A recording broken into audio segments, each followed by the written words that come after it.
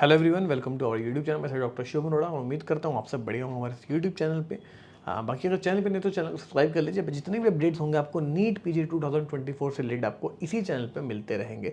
ठीक है, इसके अलावा हमारा एक व्हाट्सएप चैनल भी है, उसको ज्वाइन कर सकते हैं। डिस्क्रिप्शन बॉक्स में लिंक मिल जाएगा, जहाँ पे आपकी नंबर की प्राइवेसी रहती है और सारे अपडेट्स आपको रेगुलर वहाँ पे मिलते रहते हैं काउंसलिंग से रिलेटेड। ठीक है, इसके अलावा हमारा टेलीग्राम चैनल भी, और चाहे तो मुझे व्हाट्सएप पर डायरेक्ट मैसेज आप सेंड कर सकते हैं। सभी का लिंक आपको डिस्क्रिप्शन बॉक्स में मिल जाएगा। ठीक है, चाहे तो ऑफिस विजिट कर सकते हैं, और पेड काउंसलिंग के लिए कोई हेल्प चाहिए तो नंबर सीधे आप उस पर कॉल करके पूछ सकते हैं, या ऑफिस आके विजिट कर सकते हैं। जो भी दिल्ली एनसीआर के आसपास कैंडिडेट्स हैं वो हमारे नोएडा वाले ऑफिस में आके उनसे पर्सनली आके मिल सकते हैं। ठीक है, आज हम इस वीडियो में बात करने वाले हैं कि जो बेसिकली रिजल्ट डेट है वो क्या रह सकती है।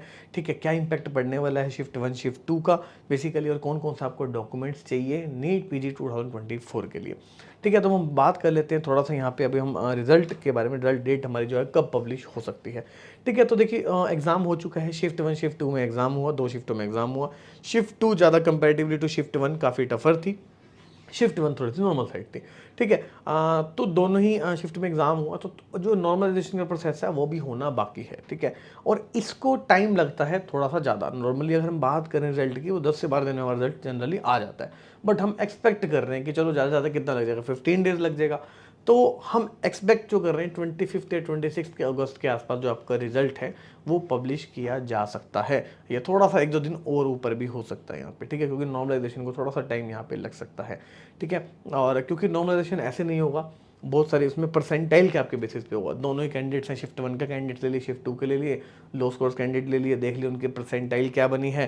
ठीक है, परसेंटाइल बनने के बाद उसको मर्ज करेंगे और जिसकी ज़्यादा परसेंटाइल होगी उसको उस हिसाब से जो है वो रैंकिंग यहाँ पे दी जाएगी। ठीक है, तो कोई शिफ्ट के 1 वाला ये भी सोच रहा होगा कि नहीं मेरे मार्क्स तो ठीक थे और उसको कम कर दिए। शिफ्ट 2 वाले वो ये भी सोच रहे हो कि कुछ बोनस मिलेगा। ठीक है, हाँ बोनस थोड़ा सा मिल सकता है, बट किसी का लॉस नहीं होगा। ठीक है, और अगर अब इन सब चीज़ों से बचना है एनबी को, क्योंकि ये सब जब रिजल्ट आएगा तो बहुत सारे कैंडिडेट्स कहेंगे कि हमारे तो इतने बन रहे थे और बने कितने इतने, ये बातें फिर से उठेंगी। ठीक है, फिर से वही जो ट्विटर पे जो ट्रेंड है वो चलना शुरू होगा, फिर से ट्वीट्स होंगे। तो इन सब चीज़ों से बचना है तो एनबीयू को थोड़ा सा यहाँ पे चीज़ों का ध्यान रखना पड़ेगा। जब भी रिजल्ट आए, रिजल्ट आते ही उनमें उनको शो करना चाहिए कि कितने कैंडिडेट्स ने एग्जाम दिया शिफ्ट 1 में, शिफ्ट 2 में कितने कैंडिडेट्स ने दिया था। जैसे उनके स्कोर कार्ड पे होनी सारी चाहिए ये सब चीज़ें, कि परसेंटाइल उनकी कितनी बन रही है शिफ्ट 1 में, शिफ्ट 2 में कितनी बन रही थी। ठीक है, और उन्होंने कौन से शिफ्ट में दिया था, और उनकी मर्ज होने के बाद क्या जो है वो रैंक बनी है, और कौन सा फॉर्मूला लगाया जिनकी वजह से जो उसके कैंडिडेट्स के मार्क्स हैं वो बने हैं। अगर ये सारी चीज़ें मेंशन रहेंगी ना, तो जो एनबी को प्रॉब्लम आती है, जो आ सकती है, जो मुझे लगता है वो नहीं आएगी। ठीक है, और कैंडिडेट्स भी थोड़ा सा माइंड फ्री रहेंगे कि हाँ जो बताया गया था वही हुआ, और उनके मन में भी कोई कन्फ्यूजन नहीं रहेगी। तो ये रिजल्ट को लेकर थोड़ा सा यहाँ पे अभी भी कैंडिडेट्स पैनिक है। ठीक है, कितनी कट ऑफ बनेगी, क्या मार्क्स बन रहे हैं। अभी भी पहले क्या होता था, मार्क्स बता देते थे कैंडिडेट्स कि हमारे 540 के आसपास बन रहे हैं। अब जो मेरी कैंडिडेट से बात हो रही है वो कह रहे हैं 500 से लेकर 600 तक बन सकते हैं।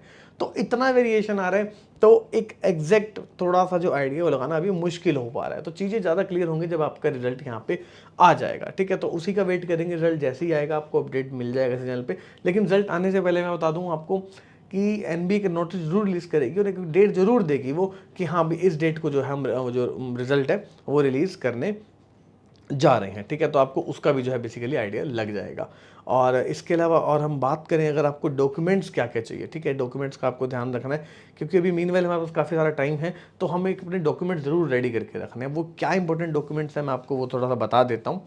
तो सबसे पहले आपको अलॉटमेंट लेटर, देखो अभी तो इसकी रिक्वायरमेंट नहीं है। अलॉटमेंट लेटर होता क्या है, जब आपने एडमिशन लिया, ठीक है, किसी कॉलेज में आपको अलॉटमेंट हो गया, तो अलॉटमेंट एक लेटर आता है, उसकी आपको जरूरत पड़ेगी, तो वो अपने साथ रखना।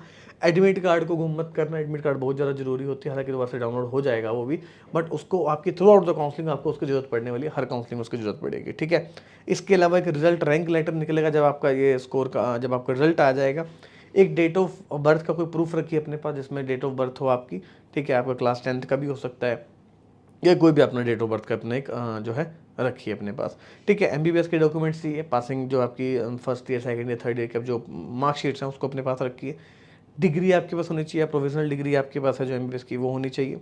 इंटर्नशिप कंप्लीशन सर्टिफिकेट होना चाहिए, जिसमें मेंशन होना चाहिए कि इनकी ये जो आपकी इंटर्नशिप है 15 अगस्त से वो पहले पहले ही कंप्लीट हो चुकी है। ठीक है, इसके अलावा एनएमसी का जो है वो प्रोविजनल आपके पास सर्टिफिकेट होना चाहिए।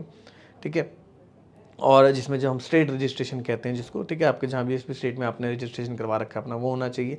एक आईडी प्रूफ होना चाहिए, पैन कार्ड, आधार कार्ड, कुछ भी चल जाएगा, ठीक है। अगर कैटेगरी से बिलोंग करते हैं, एससी का क्या सर्टिफिकेट या एसटी का सर्टिफिकेट हो गया, ठीक है। ईडब्ल्यूएस और ओबीसी में उसी साल का चाहिए होता है, इस चीज़ का ध्यान रखना। 2024 का 2023 का नहीं चलेगा, क्योंकि हर साल इनकम चेंज होती है, और तो ईडब्ल्यूएस का जो सर्टिफिकेट है वो चेंज होता है, ठीक है। तो आपको वो 2024 वाला रेडी करवाना है अपने पास।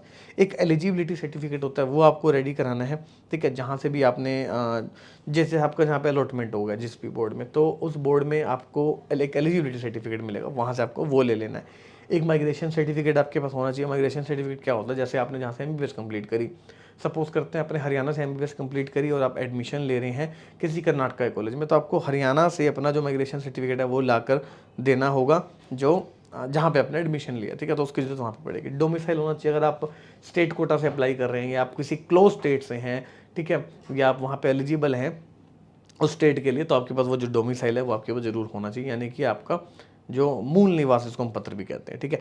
एमसीए रिकॉग्नाइज सर्टिफिकेट आपके पास होना चाहिए। ये क्या होता है एमसीए रिकॉग्नाइज सर्टिफिकेट, मैं आपको बता देता हूँ। जिस भी आपने कॉलेज से पास आउट किया है, ठीक है, उसके लेटर हेड पे आपको लिखवाना है कि हाँ, this candidate has passed his or her MBBS from this college and this college is NMC recognized या MCA recognized, ठीक है। तो वो उस पर चीज़ें सारी मेंशन होनी चाहिए, ठीक है, सारी चीज़ें मेंशन उसके अंदर होनी चाहिए। तो ठीक है, रिजल्ट की बात कर ली और नॉमिनेशन के बारे में बता दिया। आपको थोड़ा सा टाइम लग सकता है और आ जाएगा, जैसे ही आएगा आपको रिजल्ट आता है आपको अपडेट करूँगा इसी चैनल पे नहीं तो चैनल से जुड़ जाइए, चैनल को सब्सक्राइब कर लीजिए। और काउंसलिंग के रिलेटेड कोई हेल्प चाहिए, कुछ पूछना चाहते हैं तो नंबर नीचे उस पर कॉल कर सकते हैं। मिलते हैं आपसे नेक्स्ट वीडियो में। Till then goodbye, take care.